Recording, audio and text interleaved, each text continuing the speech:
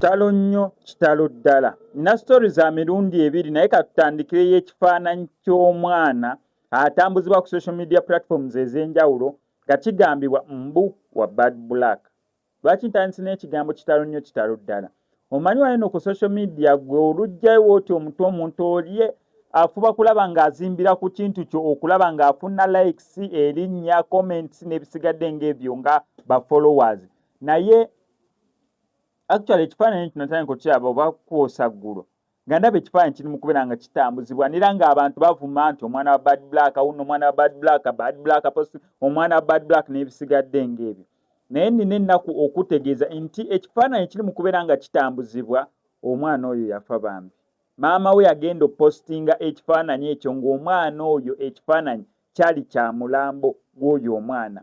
Neera omwana oyo yali amaze okubeera ng'afudde. Mami we n'amupostinga mu nnaku ennyiike n'okusoberwa kwe yalimu. Ate laba abantu kye bali mu kubeera nga batambuza ku social media nti ye omwana wa Bad Black. Tebakomyawo wabula ne bagattako n'ekyokubeera nga bavuma. Naye ng'ekifaananyi kye mutambuza omwana gwe muvuma, omwoyo gwe gulina kubeera nga guwummudde mirembe. Naye essaawa zino mwe nga mukitambuza mukizza eno mukizza eri, kumbe omwana yafa dda. Ebadde just caution kumwe mwenna balaba ekifaananyi ekyo. Ebadde just caution kumwe mwenna nga bakomentinze ku kifaananyi ekyo. Ne badde just ng'okulabula ku kyonna kyonna ekigenda mu maaso kw'ekyo ekifaananyi musobole okubeera nga mutegeera amazima. Eyo tuvuddeyo.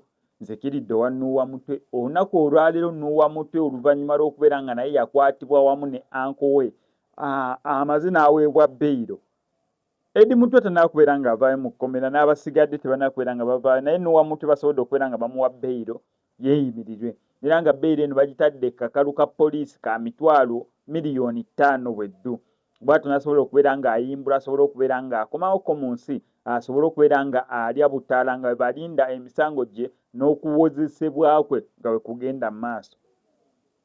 Mawulire ga ssanyu eri ekibiina kya National Unity Platform, wabula nga si ly'essanyu ery'enkomeredde kubanga tebamutadde nti emisango agiwangudde, ate alina okuddangayo mu kkooti paka emisango gino eno we ginakomekerezebwa.